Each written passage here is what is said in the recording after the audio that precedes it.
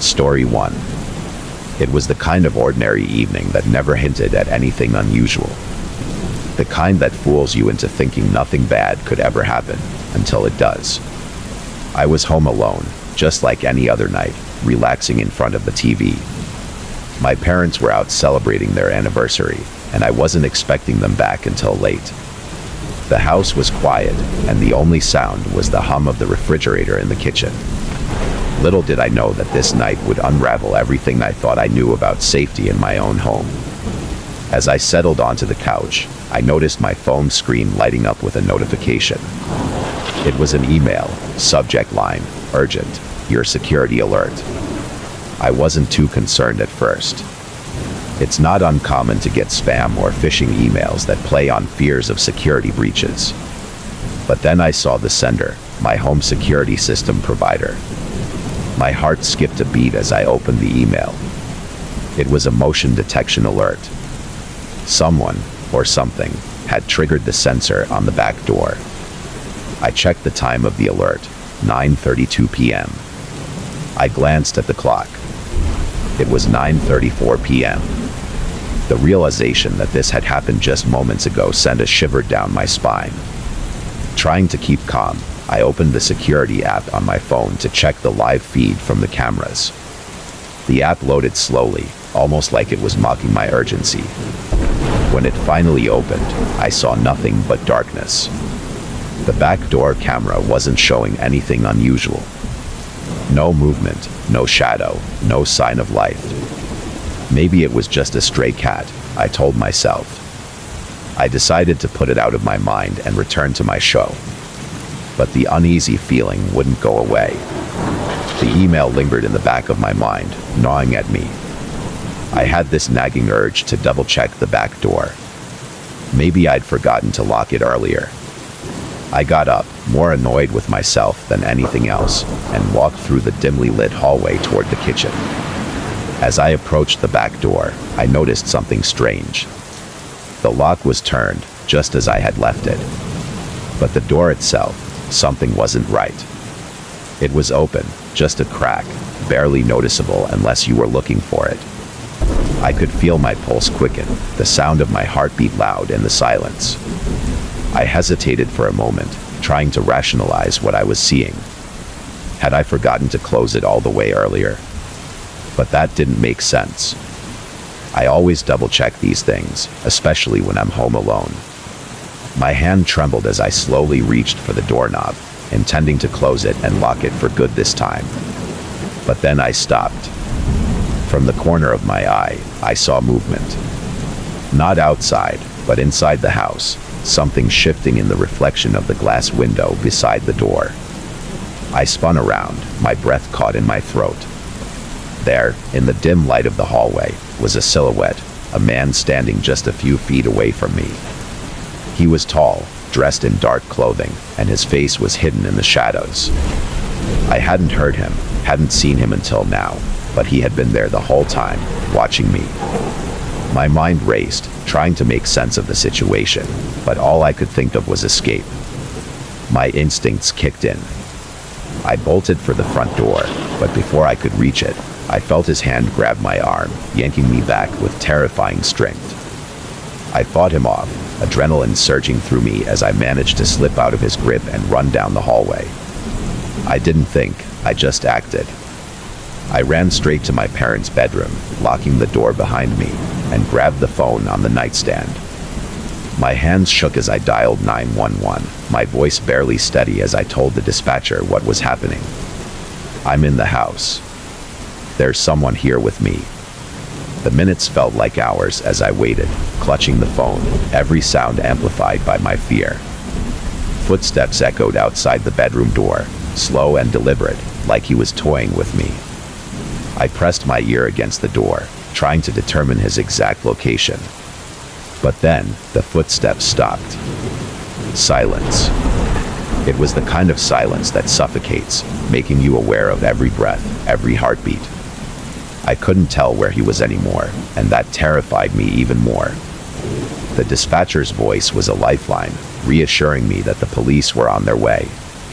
I prayed they would get here in time. Then I heard it, the faintest creak of floorboards just outside the door.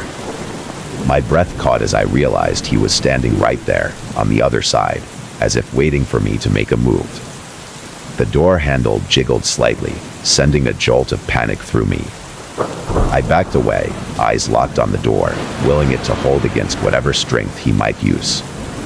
Suddenly, there was a loud crash from the living room, followed by heavy footsteps pounding through the house. But these weren't his, they were the police. I didn't even realize I'd been holding my breath until I heard the officers shouting, telling him to get on the ground. The door burst open as one of the officers rushed in to find me huddled in the corner, my phone still clutched in my hand. Relief flooded over me, but it was quickly replaced by a lingering dread. They caught him, but as they led him out in handcuffs, he turned to look at me, his eyes cold and calculating. And that's when I noticed something that made my blood run cold, a key in his hand. My key. It was a spare my parents kept hidden outside, in a place only a few close friends and family members knew about. How he found it, how long he had been planning this, I'll never know. But the thought that he could have been watching me for days, waiting for the perfect moment, still haunts me.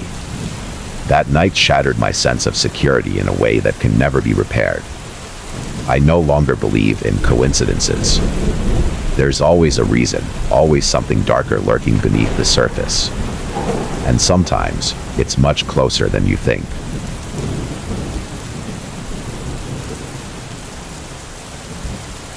Story 2. There's a certain comfort in knowing your neighbors. Familiar faces, a friendly wave in the morning, that sense of shared security, like you're all in this together, looking out for one another. I never questioned it, not until the night that turned my world upside down. It was a Wednesday evening, very uneventful. I had just come home from work, exhausted, and was looking forward to a quiet night alone. My partner was out of town on a business trip, and I had the house to myself. The kind of peaceful moment that, under normal circumstances, would be a welcome break from the daily stress from work. After dinner, I decided to take a bath, hoping it would help me relax. As the warm water filled the tub, I could feel the stress of the day melting away. I left the bathroom door slightly open, just enough to hear if the phone rang or if someone knocked on the door. I like to be aware, even in my moments of relaxation. But as I soaked in the tub, something caught my attention, a soft creaking sound, like floorboards shifting under weight. My first thought was that it was the house settling. It was old, and these noises were common enough. But then it happened again, louder this time, closer. I sat up, suddenly alert. My mind raced through possibilities. Was it the wind? A branch scraping against the window. But it wasn't windy, and the windows were shut tight. The noise came again, this time unmistakably from inside the house. I turned off the faucet, listening intently, my heart pounding in my chest. Silence followed, heavy and oppressive. I shook off the unease, convincing myself it was nothing, maybe the pipes. But as I got out of the tub and wrapped myself in a towel, I felt a strange chill in the air. That's when I heard it, a distinct, muffled thud from the living room, followed by the sound of something, or someone, moving. My heart dropped. I knew that sound all too well. It was the coffee table being bumped, something that could only happen if someone was there, in my living room. Panic set in, but I forced myself to stay calm. I grabbed my phone and quietly slipped into the hallway, keeping to the shadows. I didn't dare turn on any lights. If someone was in the house, I didn't want to alert them to my presence. As I crept closer to the living room, I could see a faint glow coming from around the corner. Someone had turned on the TV. The low murmur of voices filled the air, making my blood run cold. The TV had been off when I went to take my bath. I was sure of it. I carefully peeked around the corner, expecting to see an intruder. But what I saw made my blood freeze. There was no one in the room, just the TV, displaying a static-filled screen. But what really unnerved me was the channel it was on, a local news station, one I never watched. The volume was low, but I could make out the anchor's voice, calm and steady, reporting on a burglary that had taken place in the neighborhood the night before. I didn't have time to process this before something else caught my eye, a shadow moving past the window. I spun around, heart racing, but when I looked out, there was nothing there. Just the darkened street and the faint glow of a porch light from across the way. I felt exposed, vulnerable. My mind screamed at me to get out, to run to a neighbor's house, but something kept me rooted to the spot. Maybe it was the disbelief, the refusal to accept what was happening. And then my phone buzzed in my hand, nearly making me jump out of my skin. I looked down and saw a text message from an unknown number. The message was short, just 3 words, "Check the window." My stomach turned. Every instinct told me to ignore it, to run, but some twisted curiosity made me glance at the window again. This time, I saw it, a figure, barely visible, standing in the shadows just beyond the porch light. They were watching me. My breath caught in my throat. How long had they been there? How did they know I was home?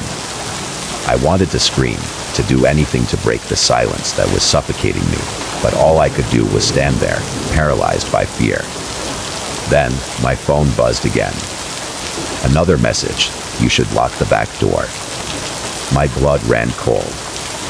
The back door, it was unlocked. I had forgotten to lock it when I came in earlier. The realization hit me like a ton of bricks. Whoever was out there knew my house, knew my habits, knew I was alone. Without thinking, I bolted for the back door, adrenaline surging through my veins. I could hear footsteps now, coming from outside, rushing toward the back of the house. I reached the door just as the handle began to turn. I threw all my weight against it, slamming it shut and locking it in one frantic motion. I stumbled back, my breath coming in ragged gasps. The footsteps stopped. For a moment, everything was eerily quiet. Then, a slow, deliberate knock on the door. My phone buzzed again. "I'm disappointed," the message read. "I thought we were friends." That's when I realized something I hadn't considered before. The messages weren't coming from a random stranger. They were coming from someone who knew me, someone who had been inside my house before, someone I trusted. And then it clicked. My neighbors. The ones who were always so friendly, so concerned about my safety. They had a spare key, one I had given them for emergencies. But this was no emergency. This was something far more sinister. I grabbed a kitchen knife, backing away from the door as the knocking continued, each knock more insistent than the last. My mind raced, trying to figure out what to do. Call the police? Confront them? But the fear of what might happen if I opened that door was overwhelming. Finally, I dialed 911, my voice trembling as I told the dispatcher what was happening. They assured me that officers were on their way, but I knew it would be a few minutes before they arrived. Minutes that felt like an eternity. The knocking stopped suddenly, and I heard footsteps retreating down the steps. I didn't dare move, didn't dare look out the window. I just waited, clutching the knife, praying the police would get here before they came back. When the police arrived, they searched the area but found no sign of anyone. The messages had stopped, and the figure outside had disappeared into the night. I explained everything, and they took it seriously, but there was little they could do without more evidence. I changed the locks the next day, cutting off any access my neighbors might have had. But the damage was done. I couldn't shake the feeling that they were still watching, still waiting for another opportunity. I never spoke to them again, and eventually, I moved away. But that night changed me. It shattered my trust in the people around me, in the very idea of safety in my own home. Now, every noise, every shadow, every unfamiliar face fills me with a dread I can't shake. I used to think that knowing your neighbors was a good thing. But now, I realize that sometimes, it's the people closest to you that you should fear the most. Story 3. I've always been cautious when it comes to strangers. It's just something that was ingrained in me from a young age. Lock the doors, never open them to someone you don't know, and always trust your instincts. But on this particular night, my instincts were the very thing that failed me. It was a rainy Thursday evening, the kind where the sky is a perpetual shade of gray and the air feels heavy with moisture. I had just gotten home from work, eager to change into something more comfortable and unwind. My apartment was small but cozy, nestled in a quiet part of town where nothing much ever happened. Or so I thought. I had ordered dinner from my favorite Chinese takeout place, a usual routine when I didn't feel like cooking. The delivery was expected around 7 p.m., and I was counting down the minutes, my stomach grumbling in anticipation. As the clock hit 7:05, I heard the familiar sound of a car pulling up outside. I glanced out the window and saw the delivery driver's car parked by the curb. I grabbed my wallet and headed for the door, already tasting the sweet and savory flavors I'd soon be enjoying. But when I opened the door, something was off. The man standing there wasn't the usual delivery driver. He was taller, stockier, with a hood pulled low over his face, obscuring his features. He held the brown paper bag in one hand, but his posture was strange, too stiff, too tense. I noticed that he wasn't wearing the usual uniform from the restaurant. My instincts screamed at me that something was wrong, but I ignored them, chalking it up to paranoia. After all, I was hungry, and this was just a food delivery, right? I forced a smile and reached for the bag, but he didn't hand it over right away.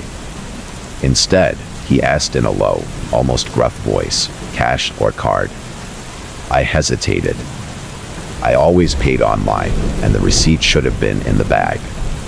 I told him as much, and for a split second, I thought I saw his expression change, just a flicker of something darker, more menacing. He quickly recovered, though, and muttered an apology, saying there must have been a mistake and that I could have the food for free since the payment had already gone through. He handed me the bag, his fingers brushing mine in a way that made my skin crawl. As I closed the door, a wave of unease washed over me. I couldn't shake the feeling that something was off. I glanced out the peephole, expecting to see him walking back to his car, but he was still there, standing on my doorstep, staring at the door. My heart started to race. I took a step back, trying to figure out what to do.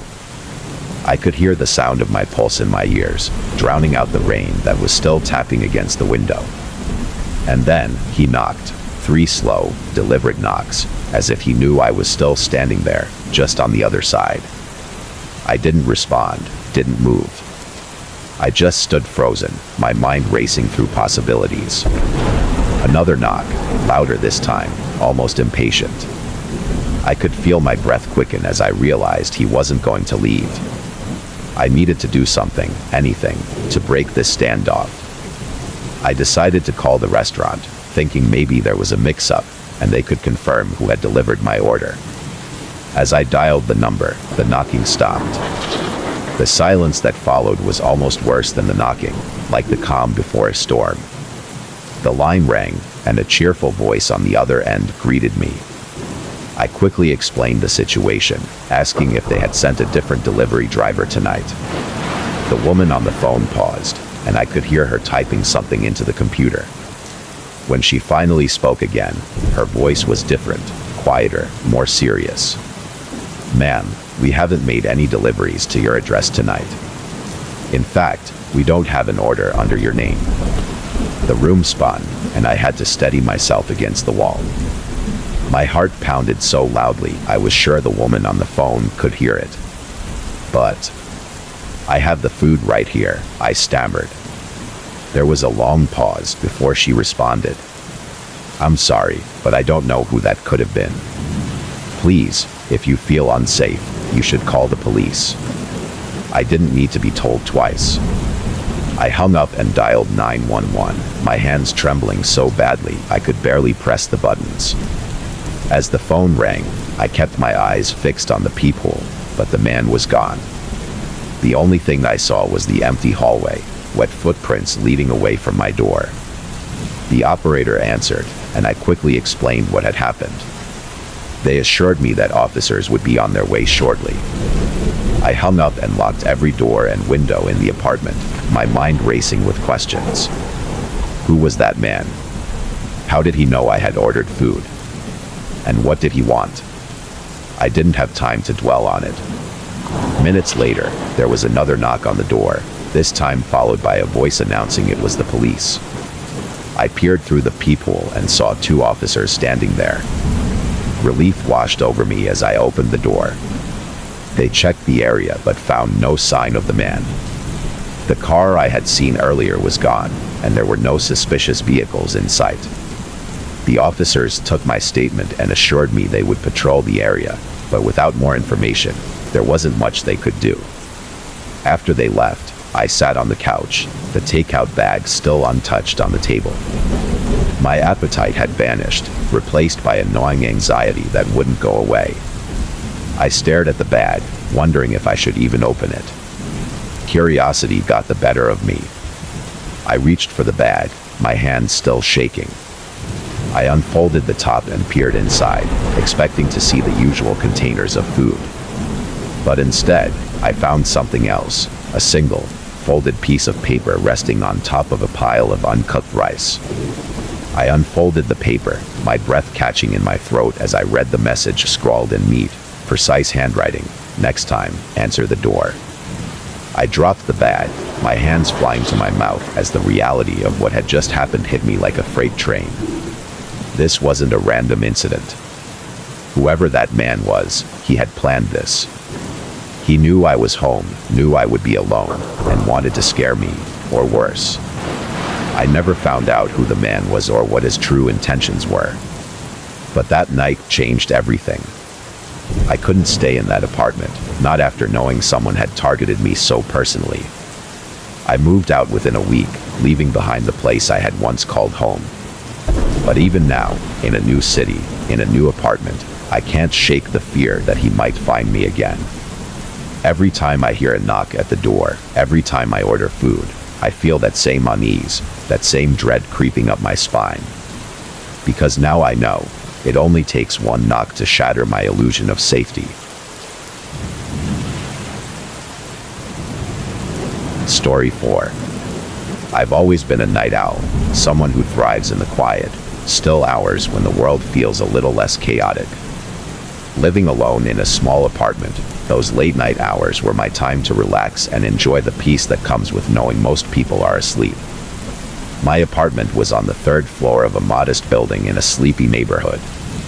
It wasn't the fanciest place, but it had its charm, especially the view from my living room window.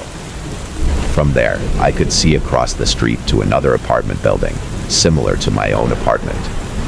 It became a habit of mine to sit by the window with a cup of tea, watching the few lights that remained on in the building opposite. Sometimes, I'd catch glimpses of other night owls like myself, people going about their lives in those quiet hours, unaware of being observed. One night, as I was doing just that, something caught my eye, a light flickering on in an apartment directly across from mine. I hadn't noticed anyone in that unit before, and for a moment, I was curious. The curtains were half open, allowing me a partial view inside. It was a sparse, minimal space, but what really grabbed my attention was the figure standing by the window. It was a man, tall and thin, wearing what looked like a dark hoodie. He was standing perfectly still, his face obscured by the hood, just staring out the window.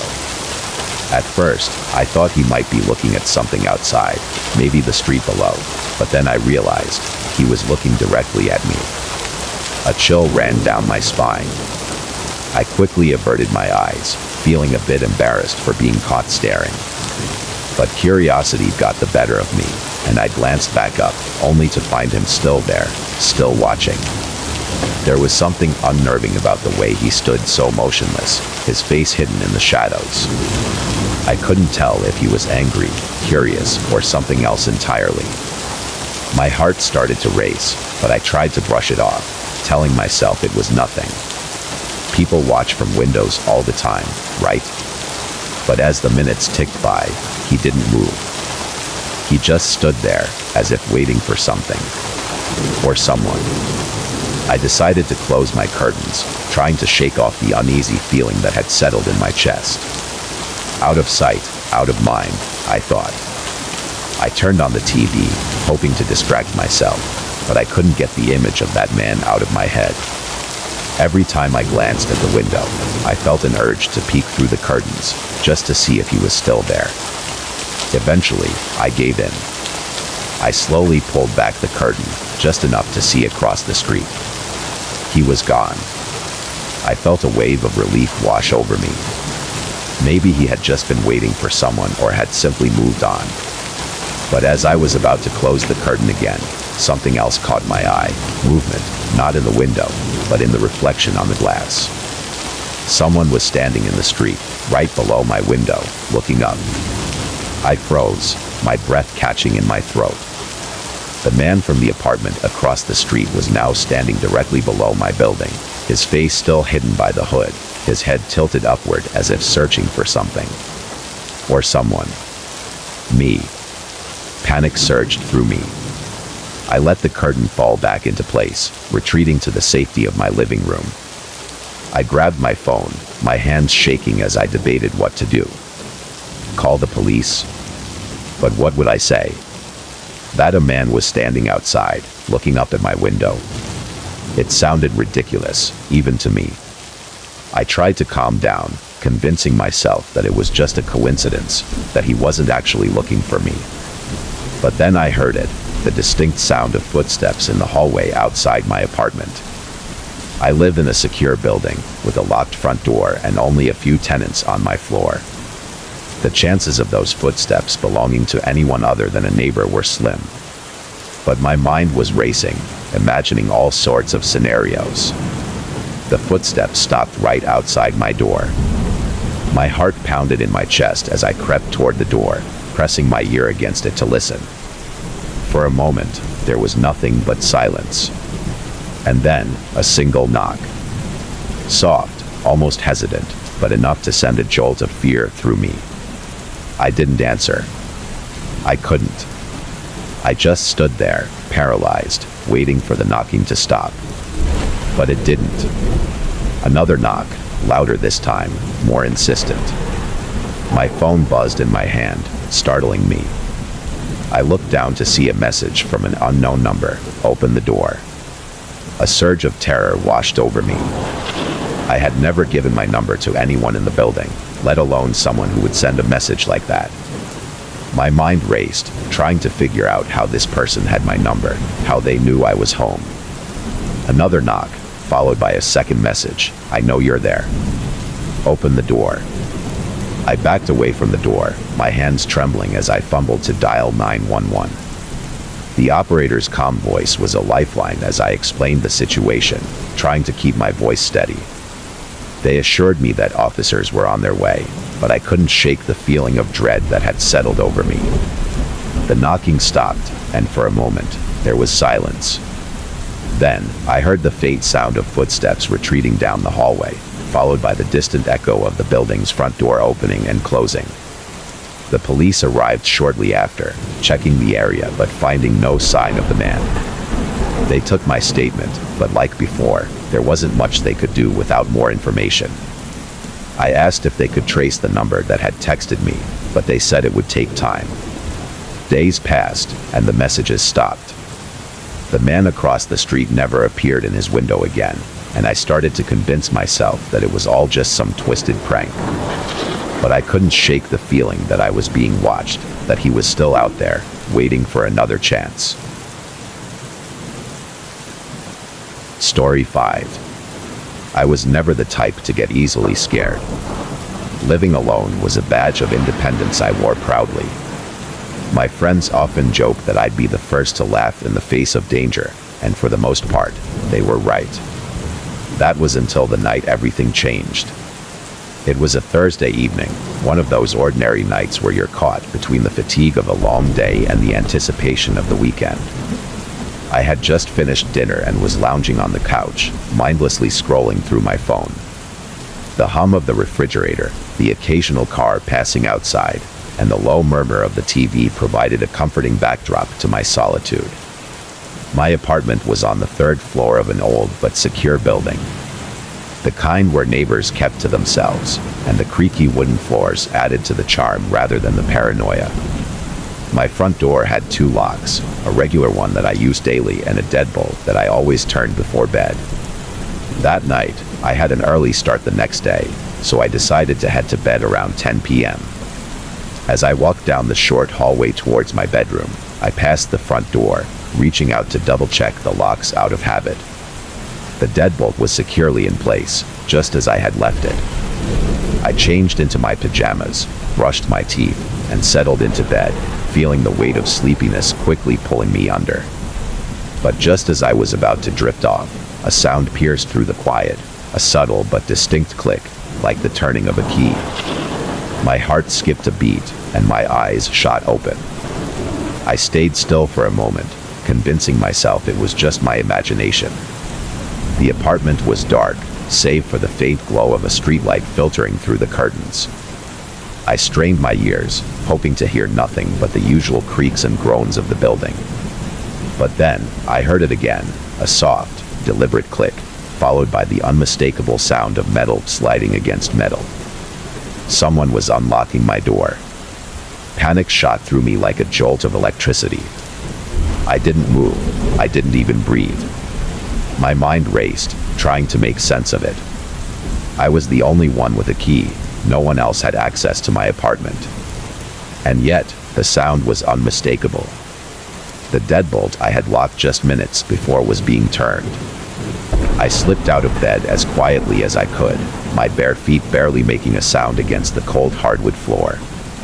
Every fiber of my being screamed at me to run, to hide, to do anything but stay frozen in place. But I had to know, had to see if what I was hearing was real or just some cruel trick my mind was playing on me. I crept down the hallway, my body pressed against the wall, moving slowly toward the front door. My hand was trembling as I reached for my phone, but I didn't dare turn on the flashlight. I was only a few feet away now, the door coming into view in the dim light. And then I saw it, a shadow moving across the small crack beneath the door. Someone was standing on the other side. The doorknob rattled lightly, as if whoever was there was testing to see if it would give way. My breath caught in my throat. The door was locked, but that deadbolt had definitely been turned. The reality of it hit me like a punch to the gut. Someone had a key. I backed up, my mind spinning with what to do next. I needed to call the police, but I couldn't risk the noise. If they heard me, if they realized I was still inside, who knew what would happen? I glanced toward the kitchen, considering making a break for the fire escape, but my legs felt like lead. The rattling stopped. My heart pounded in my chest, so loud I was sure they could hear it. And then, silence. I waited, every second stretching into an eternity. I hoped, prayed that they would leave. That they would realize the apartment was occupied and move on. But then came the most chilling sound of all. The door began to open. It was slow, almost cautious, like they were trying to be as quiet as possible. The creak of the hinges felt like nails on a chalkboard to my ears. I was out of options. I had to act.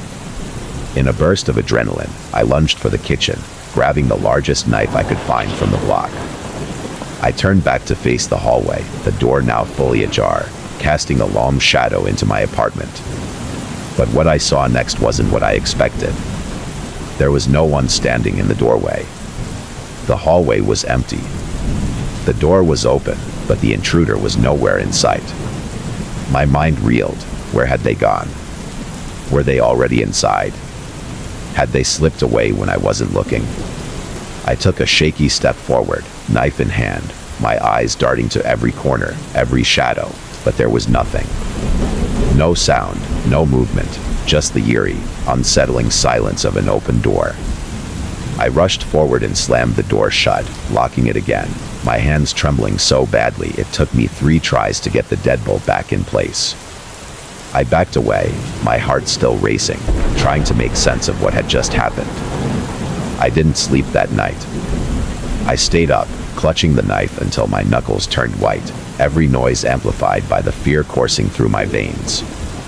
When the first light of dawn crept through the windows, I finally called the police. They came, checked the building, but found nothing. No signs of forced entry, no evidence of anyone else having been there. They reassured me it was likely just a mistake, that maybe I had imagined the sound, that the lock could have been faulty. But I knew what I heard. And I knew what I saw. A few days later, the building manager informed me that the previous tenant had moved out under strange circumstances but hadn't returned one of the keys. They assured me the locks had been changed, but somehow, one key still worked. The tenant had vanished, leaving no trace, and I was left with the unsettling truth that someone out there had been inside my apartment, someone who had a key and, for reasons I'll never understand, chose not to make themselves known. I moved out the following week, but the memory of that night never left me. The feeling of being watched, of knowing someone was inside with me, haunts me to this day. I never did find out who it was or what they wanted. But every time I lock my door, I can't help but wonder, what if they had decided not to leave? What if they're still out there, with a key to another door, just waiting for the right moment to turn it? Story 6. There's something unnerving about living in a place with a history, especially when that history isn't entirely clear. The apartment I moved into wasn't particularly old or famous, just an average unit in an unremarkable building. It wasn't the kind of place that attracted attention, which is exactly why I chose it. I wanted peace and quiet, a retreat from the chaos of the city. But what I got was something I never could have anticipated. It started with the utilities bill. I'd been in the apartment for about a month when I noticed it. My water bill was unusually high.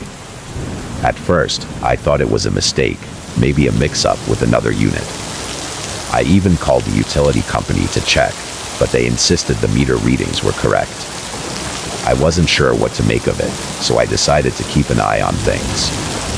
A week later, I woke up in the middle of the night to the sound of running water. I assumed I'd left the tap on in the bathroom, so I got up to turn it off. But when I opened the door, the sink was dry. I checked the kitchen, nothing. Yet, the sound persisted, like water gushing from a pipe somewhere within the walls. I was tired and groggy, so I convinced myself it was just the pipes acting up. But the noise continued, growing louder and more insistent. It was as if water was flowing through the apartment, unseen and unstoppable. I couldn't pinpoint the source, and eventually, it just stopped. I shrugged it off as old plumbing and went back to bed, but the strange occurrences didn't stop there. A few nights later, I was sitting in the living room, scrolling through my phone, when I noticed a light under the door leading to the hallway. It was faint, just a soft glow as if someone had left a light on outside. But when I checked, the hallway was dark. I returned to the couch, only for the light to appear again a few minutes later.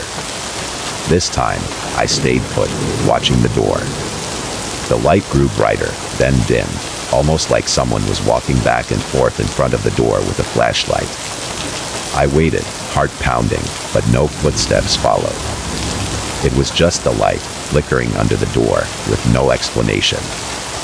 I told myself it was probably a neighbor, maybe someone with a habit of pacing late at night. But deep down, I knew something was off. The final straw came about 2 months into my lease. I had a friend over for dinner, and as we were chatting, I mentioned the strange water bill. They joked that I must have an invisible roommate, but their face changed when I told them about the noises and the light. They asked if I'd had any other issues, so I mentioned something that had been nagging at me since I moved in. It was the front door. Every time I left the apartment, no matter how hard I locked it, I'd return to find it slightly ajar. I was sure I had locked it, but there it was, just a crack open every single time. My friend suggested I install a security camera to catch what was happening, so I did. The camera was simple, motion activated, with a clear view of the front door. I felt a little silly setting it up, like I was buying into my own paranoia, but I wanted answers. And I got them. The first night I reviewed the footage, I saw nothing unusual, just me leaving in the morning, locking the door behind me. But when I returned, the door was open, as always. And yet, the camera had recorded nothing in between. No one approaching the door, no motion in the hallway, nothing. It was as if the door had opened on its own, without any human intervention. The next few days were the same. The door would be locked when I left and ajar when I returned, but the camera caught nothing. I even tried staying home, keeping an eye on the door, but nothing happened while I was watching. Then, one night, the camera caught something. It was around 3 a.m., and I was asleep in the bedroom. The footage showed the door slowly creaking open, just a few inches, before stopping. There was no one in the hallway, no sign of anyone touching the handle. The door just moved on its own. But that wasn't the worst part. A few moments later, the camera picked up a shadow, a faint, barely there silhouette of what looked like a person standing just inside the doorway. It didn't move, didn't make a sound. It was just there, as if someone was standing in my living room, watching me sleep. I froze, staring at the screen, trying to convince myself it was a trick of the light, a glitch in the camera.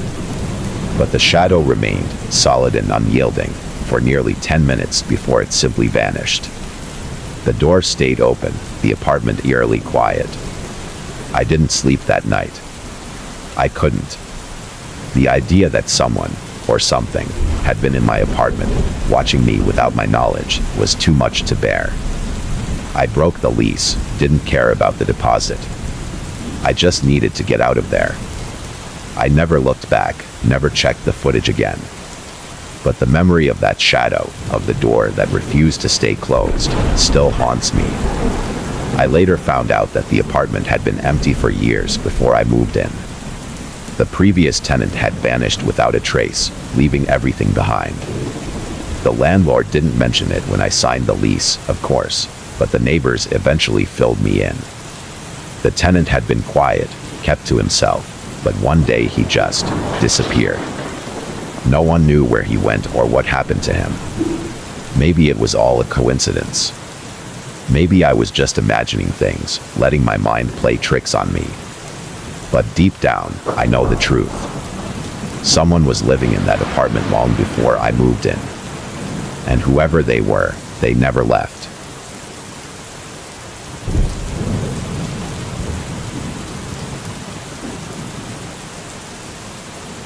Story 7. It was the first night in my new apartment, a small, cozy place in a quiet neighborhood. I had just moved in that morning, and after hours of unpacking, I was finally settled. The space felt warm and inviting, with the faint smell of fresh paint still lingering in the air. Exhausted, I curled up on the couch, ready to enjoy the silence of my new home. But that silence wouldn't last long. Around midnight, just as I was drifting off to sleep, I heard it, a faint beeping sound. It wasn't loud or urgent, just a soft, repetitive tone that echoed through the otherwise quiet apartment. At first, I thought it was coming from outside, maybe a distant car alarm. But as I listened more closely, I realized it was coming from inside. I sat up, trying to pinpoint the source. It seemed to be coming from the hallway, near the entrance. Curious, I got up and followed the sound, which led me to the small closet by the front door. The beeping was definitely louder here, but when I opened the closet, there was nothing inside except for a few boxes I hadn't unpacked yet. Confused, I looked around, trying to find something, anything, that could be making the noise. That's when I noticed the small panel on the wall, hidden behind one of the boxes. It was an alarm system, the kind you find in most apartments. The previous tenant must have had it installed and never bothered to mention it. The panel screen was dark, and there were no lights indicating it was active. But the beeping continued, steady and rhythmic, almost like a heartbeat. I pressed a few buttons, but nothing happened. The screen remained blank, the beeping unchanged. Frustrated, I decided to leave it for the night. I figured I could call the landlord in the morning to have it checked out. But as I turned to leave, the beeping stopped. For a moment, I stood there in the hallway, listening to the sudden silence. It was eerie, as if the apartment itself was holding its breath. I shook off the feeling and went back to the living room, trying to push the strange occurrence out of my mind.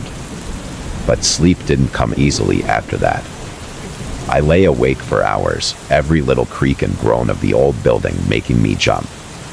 Eventually, I must have dozed off because the next thing I remember was waking up to the sound of my phone ringing.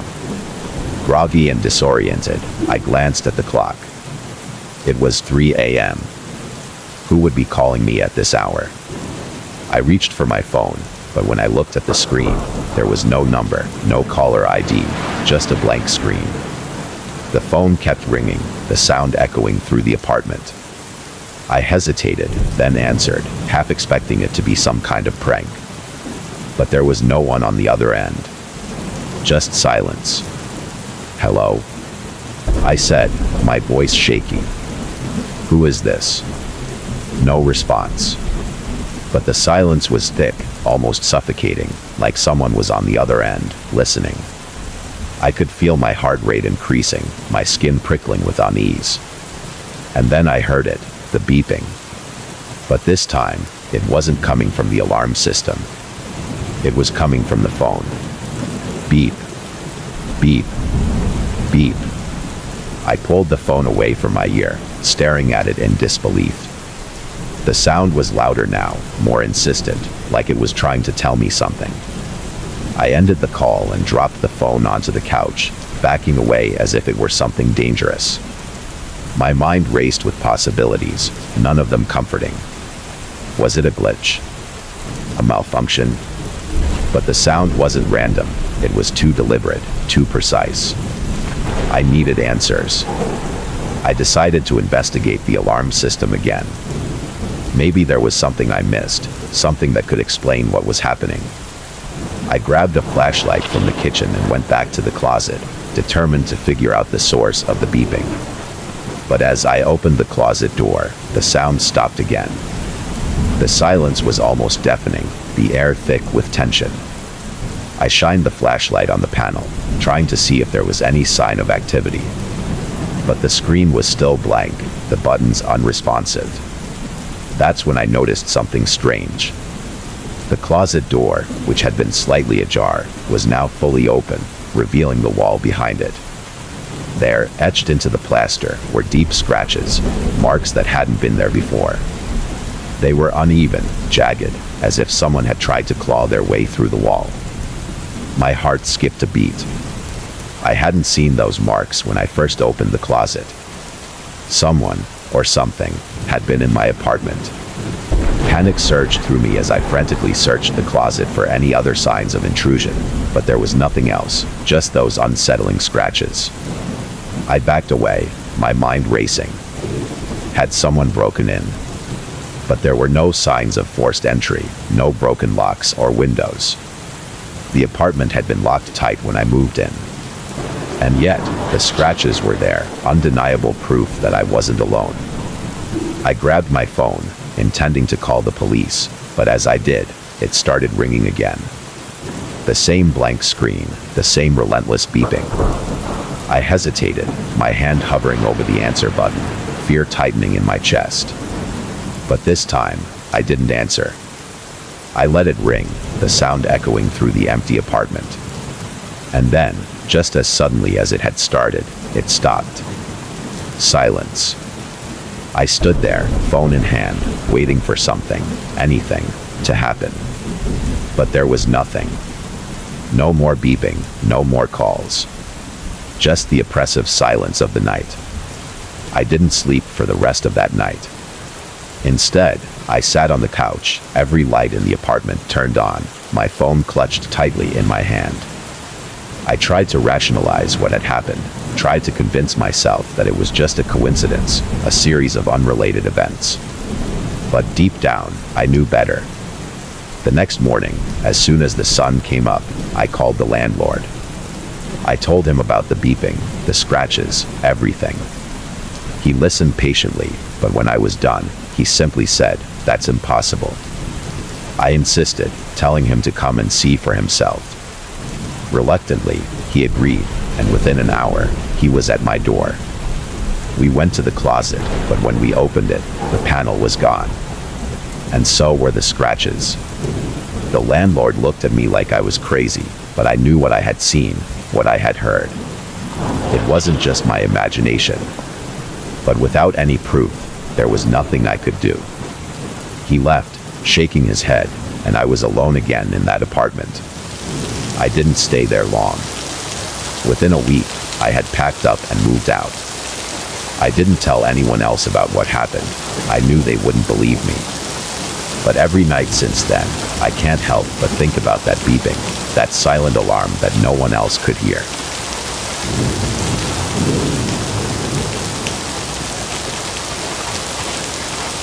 Story 8. I never thought I'd become one of those people who double-check every lock before going to bed. I was always the type who felt safe in the familiarity of my own home, but that night, everything changed. It started as a regular Friday evening. My roommate had gone away for the weekend, leaving me to enjoy the peace and quiet of our small suburban house. I had plans to binge-watch a new series, maybe order some takeout, and relax. The house was dark, except for the flickering light of the TV and the occasional soft hum from the refrigerator. I felt secure, wrapped in the comforting routine of my own space. Around 10:30 p.m., I heard the first knock at the door. It was soft, almost hesitant, but it immediately sent a jolt through my body. I wasn't expecting anyone. Pausing the show, I muted the TV and strained to listen.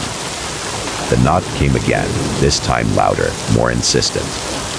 My first thought was that maybe my roommate had forgotten something and decided to come back, but she would have texted. My phone, which was sitting on the coffee table, hadn't buzzed once. I got up cautiously and approached the door, peering through the peephole. A man was standing on my porch, his face partially obscured by the brim of a baseball cap. His clothes were plain, just a hoodie and jeans, nothing that stood out. I didn't recognize him. "Who is it?" I called out, keeping the door firmly locked. "Hey, I'm sorry to bother you so late," he said, his voice muffled but calm. "I'm having some car trouble and my phone's dead. Can I use yours to call for help?" It sounded plausible, but something didn't feel right. Why hadn't he gone to any of the other houses on the street? Why mine, which was set a bit farther back from the road? I hesitated, my mind racing through the possibilities. "I'm sorry," I replied, trying to keep my voice steady. "I can't help you. Maybe try the house next door." There was a pause, and then he knocked again, this time harder. "Please, it's just a quick call. It's freezing out here." That's when I noticed the shiver in his voice wasn't quite real. It was like he was forcing it, performing a script. My gut twisted with unease. I backed away from the door, not wanting to engage any further. Suddenly, he started banging on the door, not knocking, banging. It was violent, desperate, completely different from before. "Open the door," he shouted, his voice losing all pretense of calm. My heart pounded in my chest as I bolted to the kitchen to grab my phone. I dialed 911, my hands shaking so badly that I almost dropped the phone.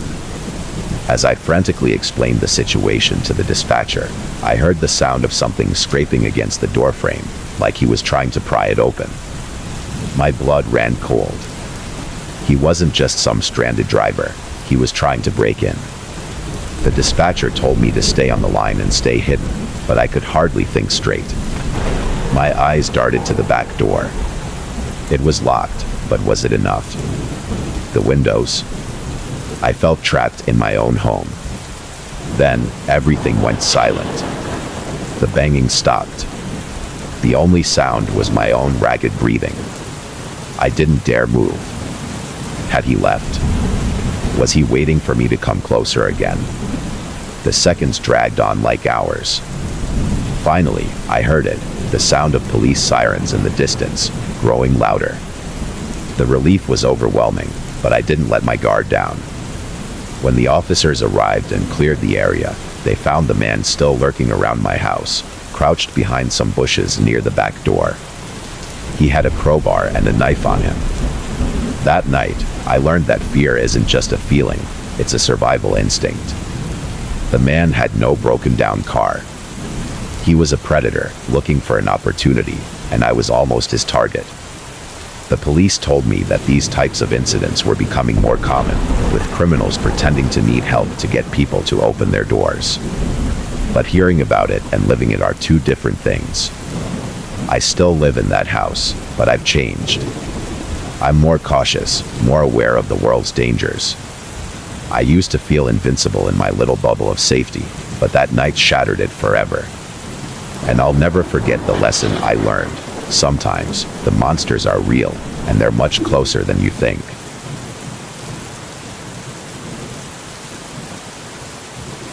Story 9. I'll never forget that night. I was alone in the house, studying for an important exam. It was just past midnight, and the only sounds were the ticking of the clock and the occasional rustling of paper. Everything was as it should be, or so I thought. Then, it started. A knock. Not a light tap, but a firm, deliberate knock on the front door. It was out of place and unexpected. I wasn't expecting anyone. I glanced at the clock, 12:15 a.m. I froze, trying to rationalize it. Maybe it was a prank or someone who had the wrong house. I walked cautiously to the door, peeking through the peephole. No one was there. I waited a moment, hoping whoever it was had left. Just as I turned to go back to my room, the knock came again, louder this time. I felt a chill run down my spine. I picked up my phone and dialed the non-emergency police line. The dispatcher answered, and I explained the situation. She assured me that someone would be over to check it out, but it would take a while since there weren't any immediate threats. I thanked her and hung up. As I returned to my study, the knocking continued, steadily, rhythmically. Each knock was like a drumbeat, growing more insistent. I tried to focus on my notes, but the constant interruption was maddening. I decided to call a friend to pass the time. As we chatted, I heard the knock again. This time, it was accompanied by a soft scraping sound, as if someone was dragging something along the ground. My friend noticed my discomfort and urged me to check it out. Reluctantly, I agreed. I grabbed a flashlight from the kitchen and headed to the door. As I approached, the scraping sound stopped abruptly. I turned on the porch light and looked through the peephole. Again, no one was there. My heart was racing, and I felt a cold sweat forming on the back of my neck. I opened the door slowly and scanned the front porch and yard. Nothing seemed out of place.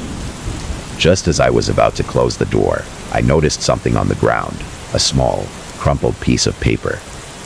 I picked it up and unfolded it. The note read, "I know you're alone. I'm coming in." Panic surged through me. I locked the door and called the police again. The dispatcher was more urgent this time and promised an officer would be dispatched immediately. As I waited, the knocking resumed, louder and more erratic, as if someone was getting increasingly frustrated. The scraping sound followed, now moving around the side of the house. I could hear it clearly. Something or someone was walking around, dragging something heavy. The sound moved closer to the window next to my study area. I dared not look, but I could hear the distinct sound of something, or someone, moving along the wall. My phone rang. It was the police calling to confirm they were on their way. I could barely respond, my voice trembling. Then, the knocking stopped. Complete silence. I sat in terror, my mind racing. The police arrived within minutes, and I rushed to let them in. They conducted a thorough search of the property, but found no signs of an intruder. The strangest part, They discovered that the scraping sound was caused by a metal garden stake that had been dislodged and was blowing around in the wind.